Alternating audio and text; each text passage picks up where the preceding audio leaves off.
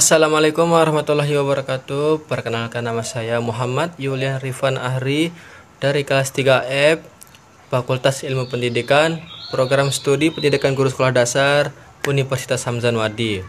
Di dalam video ini saya akan membahas apa itu pendidikan epistemologi. Pendidikan epistemologi itu materinya sangat banyak sekali ya teman-teman. Tapi di sini saya akan membahas yang pertama, pengertian epistemologi, yang kedua epistemologi dan pendidikan, yang ketiga sumber pengetahuan, yang keempat teori ilmu pengetahuan. Nah, yang pertama itu pengertian epistemologi. Secara bahasa, epistemologi ini berasal dari bahasa Yunani, yaitu epistem dan logos. Epistem berarti pengetahuan, sedangkan logos berarti teori, uraian atau alasan. Jadi, epistemologi dapat diartikan sebagai teori tentang pengetahuan. Sedangkan, dalam segi istilah, epistemologi merupakan suatu cabang filsafat yang mengkaji secara mendalam dan radikal tentang asal-muasal pengetahuan, struktur, metode, dan validitas pengetahuan. Yang kedua, epistemologi dan pendidikan. Epistemologi seperti halnya metafisika berada pada dasar pemikiran dan aktivitas manusia. Sistem pendidikan bersinggungan dengan pengetahuan dan karena itu epistemologi merupakan determinan utama pemahaman dan praktik-praktik kependidikan. Epistemologi memberi pengaruh langsung berkenaan dengan komunikasi pengetahuan dari satu orang ke orang lain. Akan berpengaruh terhadap metodologi pengajaran dan fungsi guru dalam konteks edukatif. Yang ketiga, sumber pengetahuan. Nah, sumber pengetahuan ini ada beberapa yang akan kita jelaskan. Yang pertama itu panca indera, otoritas, akal pikir, intuisi, wahyu. Nah, yang pertama, panca indera. Empirisme adalah paham yang menganggap pengetahuan dicapai melalui indera, bahwa orang-orang membangun gambaran tentang dunia di sekeliling mereka dengan melihat, mendengar, membau, meraba, dan mengecap. Pengetahuan empiris lekat menyatu dalam hakikat pengalaman manusia itu sendiri. Seseorang mungkin akan keluar rumah di musim semi dan melihat keindahan pemandangan, mendengarkan kicauan burung, dan merasakan hangatnya matahari. Dia mengetahui bahwa musimnya adalah musim semi karena pesan-pesan yang diterimanya melalui panca indera.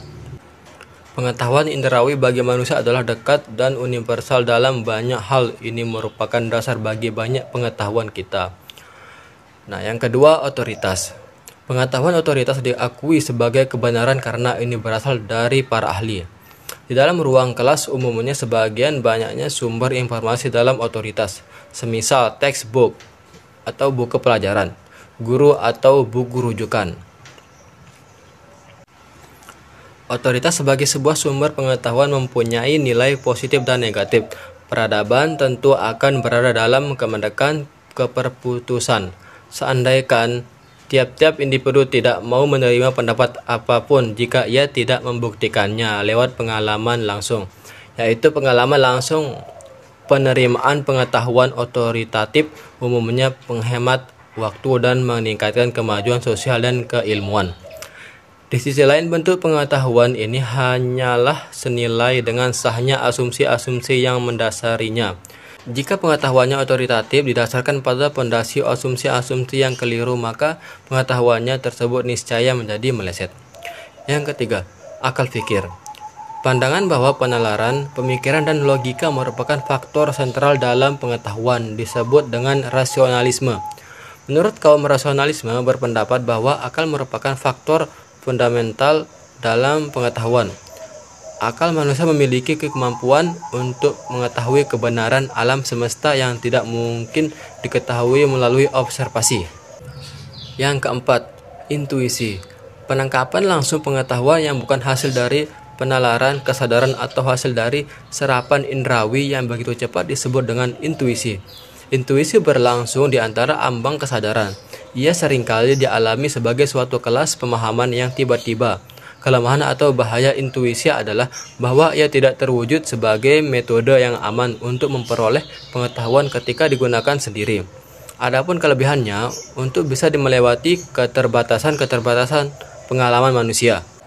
Yang terakhir atau yang kelima, wahyu. Wahyu adalah komunikasi dengan Tuhan yang berisi tentang kemauan Tuhan. Orang-orang yang percaya akan wahyu berpendapat bahwa bentuk pengetahuan ini mempunyai kelebihan yang berbeda karena berasal dari sumber informasi yang maha tahu yang tak dapat dicapai lewat cara-cara epistemologis lain. Kebenaran yang diperoleh melalui sumber wahyu ini dipercaya absolut dan tak tercampuri atau murni. Materi yang keempat atau yang terakhir di dalam penjelasan epistemologi ini yaitu teori ilmu pengetahuan. Nah, teori pengetahuan adalah cara-cara mengetahui dengan perkataan lain bagaimana sesungguhnya proses manusia mengetahui sesuatu. Di sini kita juga mempunyai menurut para ahli yang banyak itu adalah 5. Yang pertama, teori pengetahuan menurut korespondense. Yang kedua, teori pengetahuan menurut konsistensi. Yang ketiga, teori pengetahuan menurut intuisi. Yang keempat, teori pengetahuan menurut pragmatisme. Yang kelima, teori pengetahuan menurut authority. Teori pertama, teori pengetahuan menurut korespondensi.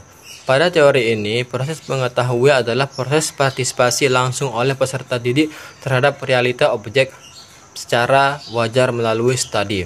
Yang kedua, teori pengetahuan menurut konsistensi.